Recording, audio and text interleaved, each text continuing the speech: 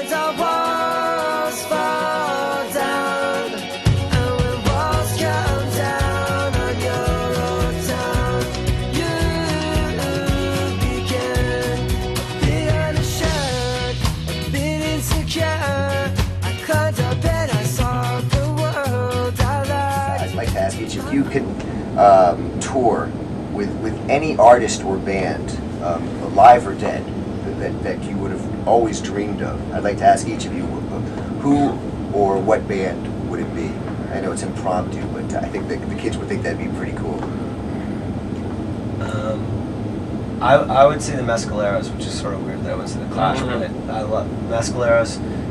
I really love that. I really love that band. And everyone I know who's toured, I know a few bands that got to tour with them. Left ones, I think, or maybe when they were in the Explosion. But yeah, I would have loved to tour with the Mescaleros. That's just off the top of my head. That's a great answer. I'm starting to think of like all these other things now. What would you have gotten from it if you toured? I personally, I think that Joe's in a really interesting place in that period of his life. So he to me become an actual like kind of roving folk artist. You know, more of a Johnny Cash or Woody Guthrie than he was in the Clash. I think that, and he was the part of the Clash that I thought was the most interesting. You know? Did you see the documentary about it? it? Yeah, fascinating. I've actually, I have a great archival footage. Yeah, amazing. Yeah, Julian Temple did an amazing job with that. That makes sense. Yeah. And that's a really, really amazing documentary. I think anyone who plays in a band can relate to that story. You know, because there's like it sort of seems like it happens that if you stay on the road long enough, that sort of stuff, something similar happens. Yeah. So it's a really heartfelt thing. What would you say? That's kind of a split one for me, but okay, I'm gonna Slayer, right? I could. You can set the whole lineup. I could destroy it. You know what? I'm gonna say Faith No More, circa 1994, 1995, on the Angel Dust era, because that was I found a really crucial time for them. Like, just to really, it wasn't a happy band. But it was some of the best stuff they've ever produced.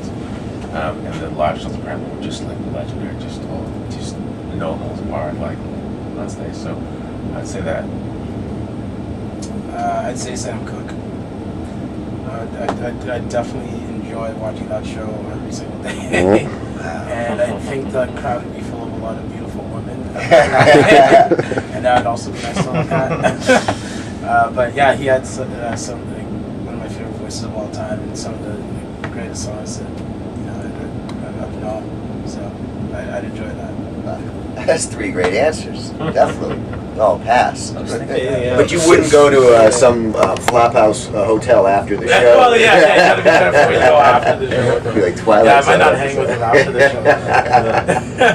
Definitely not. 2005 at the Warped Tour. That's the first kind of big fan base for Bedouin was the punk rock community. They're the ones who first accepted you. I mean, we were there, and it quickly began to evolve. I mean, you had reggae fans, ska fans, you had skinheads, you had punks, mohawks, you had college kids, and obviously now it's just so much more widespread. What are you seeing? What kind of community are you being exposed to now?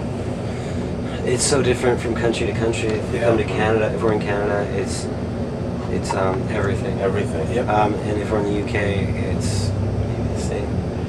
I mean, and then we're in a weird place where, in some places we're considered like a really small indie band, and then other places we're considered a pop band. And it's really just based on how well we do in each country. But I think for the most part, everywhere we don't have a scene. People come to the band. I think honestly, it's not like we're not ever gonna be a buzz band on some indie hype machine. And so anyone who comes to the show, I think, comes through maybe through their friends, or we get a little sprinkling of every scene. So you'll see a guy like dressed in Fred Perry's coming to see us, and then maybe someone dressed in a fish shirt. Yeah. You know, I don't, Yeah. and I think that, I mean, in the end, that's the best way, because it's just music should bring people together. So I saw a guy at a Hardy shirt at a show in Toronto. You're gonna have to leave, sir. but that's true. No. Like, see them when play in Canada, and they'll be like, "Yo, baby, I heard the song on the radio. I'll take you out for a night." I heard they you can dance at their shows. You know, so we had the Tiesto fans come out too. Yeah, exactly. Would you guys ever dare play a week or two again at Warped? Yeah, of course. Yeah, totally. Yeah, I was sure. we have a soft spot for Lyman and for that whole crew of people, because they're such hardworking, genuine people who who are there for the music. Yeah. I do believe that, and so there's that dichotomy though of, like, you know, having the Buzzcocks on the same tour as whatever's happening maybe in the Mall of America this week, but there are people there who are making sure that those kids see the Buzzcocks, you know, Right. and like, so I think that we would do it just for the people that are about it. I don't know if the kids, when we play the Warped Tour, sometimes it doesn't make much sense to It's the not always kids. the best fit for the scene for us, but the people always appreciate it. And it's a good experience for us too. I always find, because going into an environment like that, as the kind of band we are, it's a challenge to kind of, you know, get people to pay attention to you, Yeah. and to you know see the connections between what we do and what most of what's going on around, you know, because there's connections there, and you just gotta, it takes time to find. Well, it wasn't 2008 though, but more of a wild. You didn't play the whole Warped Tour. No, we did. Yeah, No, we we chose. did, We like, chose. Wasn't 2008 like we more chose- of a wild success though than 2005? Yeah, well, you know what? Now, if we played the Warped Tour, it would be a lot better, I think. Right. I mean, we've had some of the weirdest experiences. Like in 2005, you know, we'd be setting up and we'd be playing, and there'd be like 3,000 kids right next to us, not even looking at us. Yeah. With their backs turned, waiting for Like an empty Fallout Boy. a scream event, like something to come on. Panic. So like, and then there'd be like the casual like middle finger, and we'd be like, "This is great! Like, at least watch the show, you know." And then the next year was like, this was a little bit better, but we chose the kind of weird spot. The cream of Warped Tour. It was the middle America, like Played Texas. Texas, We did Florida. We did like the hottest parts Yeah. of the tour, like just the hottest parts. Yeah, Of it. Florida, California. So maybe I would love to do that. Yeah. You chose those on purpose? No, that just No, worked out. no, We were going to Europe, and we had some other dates. I think we were in Japan or something. Very nice. Austin must have been fun though. Austin's always Austin's fun. great. Yeah, I love that too. Playing there is always great. You guys have played South by Southwest, I'm sure. Yeah, a couple Yeah. times. Yeah, it's good. It's awesome. Actually,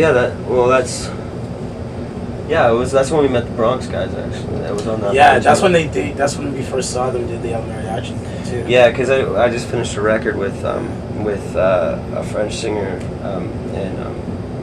Is it the woman you do a duet with? yeah, Beatrice. Yeah, it's a beautiful song. Oh, thank you. Yeah, yeah. gorgeous. So we did a side project with El Bronx Mariachi, like the mariachi thing that's coming out as a co-brand with Pirates Blend next year. Nice. But yeah, so if it wasn't for Warped Tour, we wouldn't know. That's for sure. Yeah. And Joe